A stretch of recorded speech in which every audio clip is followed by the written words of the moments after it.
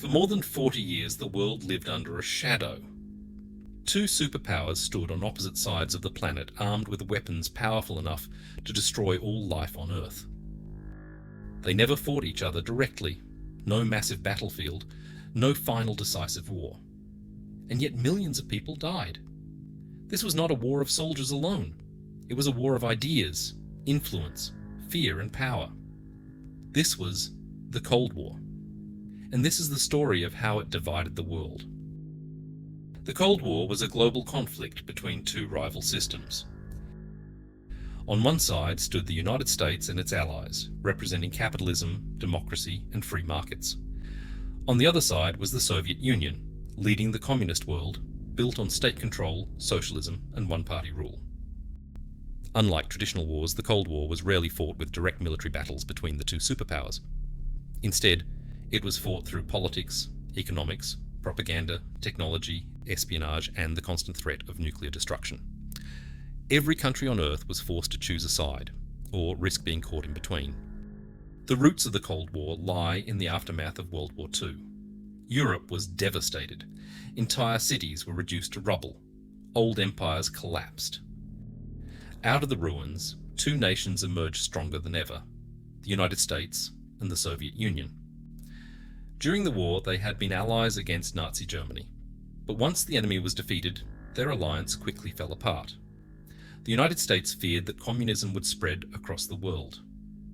The Soviet Union feared being surrounded and attacked by capitalist nations. Each side believed the other was a threat to humanity's future.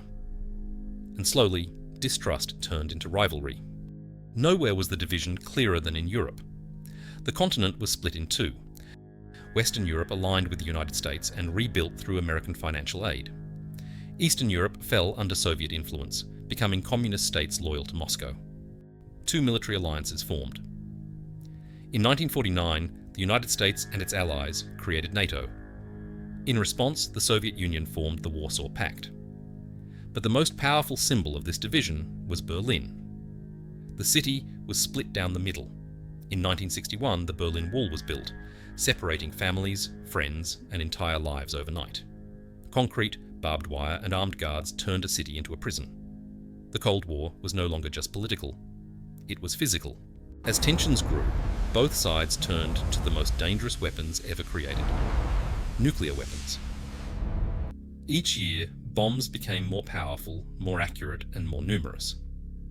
The logic was terrifyingly simple. If one side launched a nuclear attack, the other would respond. Both would be destroyed. This idea became known as mutually assured destruction. Peace was maintained not by trust, but by fear. The world came closest to nuclear war in 1962 during the Cuban Missile Crisis. For 13 days, the United States and the Soviet Union stood on the edge of annihilation. Missiles were ready, navies were deployed. The world waited. In the end, diplomacy narrowly prevented catastrophe. But the message was clear: humanity had survived by inches. Although the superpowers avoided direct war, they fought indirectly. These conflicts became known as proxy wars.